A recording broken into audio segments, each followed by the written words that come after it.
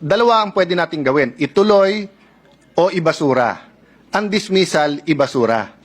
I am not proposing na ibasura. Yun nga ang pakiusap ko kay Senator Bato, and I will restate it. Yung ituloy, dalawang klaseng ituloy. Bukas, babasahin, and then i-issue yung summons. But that will not stop Senator Bato or any one of us from questioning pag binasa ng prosecutors tomorrow, yan ba ay fourth impeachment complaint? Balik na naman tayo sa step 1 ngayon. Yung remand ay ibalik. Ibalik sa House at and maybe I can state it, Mr. President, no?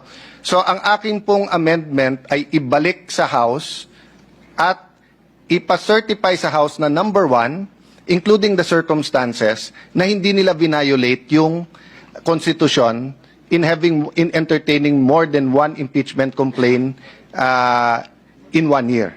Number 2, na interesado silang ituloy ang impeachment complaint. At pangatlo, yung tatlo yun, di ba? Yung pangatlo, Mr. President, is really the judges nung 20th kung anong gusto nilang gawin. So nasa atin yon, hindi sa House, no? Ang problema, Mr. President, hindi ang 19th Congress ang sasagot nito, yung 20th Congress. Kasi kahit sumagot bukas na gusto nilang tumuloy at i-certify nila, paano kung yung 20th Congress ibalik naman? So I'm open to an amendment to my amendment. I'm just saying I think there is wisdom now in not dismissing it, and there's nothing lost na ibalik ito sa Kongreso at ayusin nila yung isasubmit sa atin. Re-reiterate ko yung sinabi ko po kahapon o nung isang araw. Hindi nating kasalanan na last day of session, February 5. Marami po tayong kasalanan, hindi tayo naghuhugas kamay. Pero hindi natin kasalanan na last day final, na yung pang-apat ang final, at nag-e-eleksyon habang final. So that is why there is wisdom in remanding it rather than dismissing it, or rather than ituloy natin bukas as if walang nangyari. Just a last point.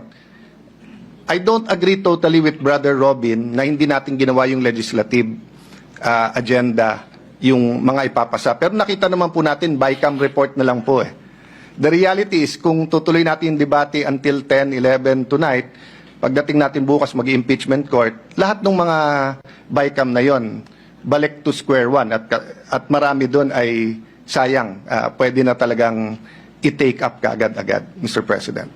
So the amendment to is instead of dismissing, is ibalik sa Kongreso, and then subject to style, no? I-certify ng Kongreso na hindi nila nilabag ang Constitution in more than one filing, and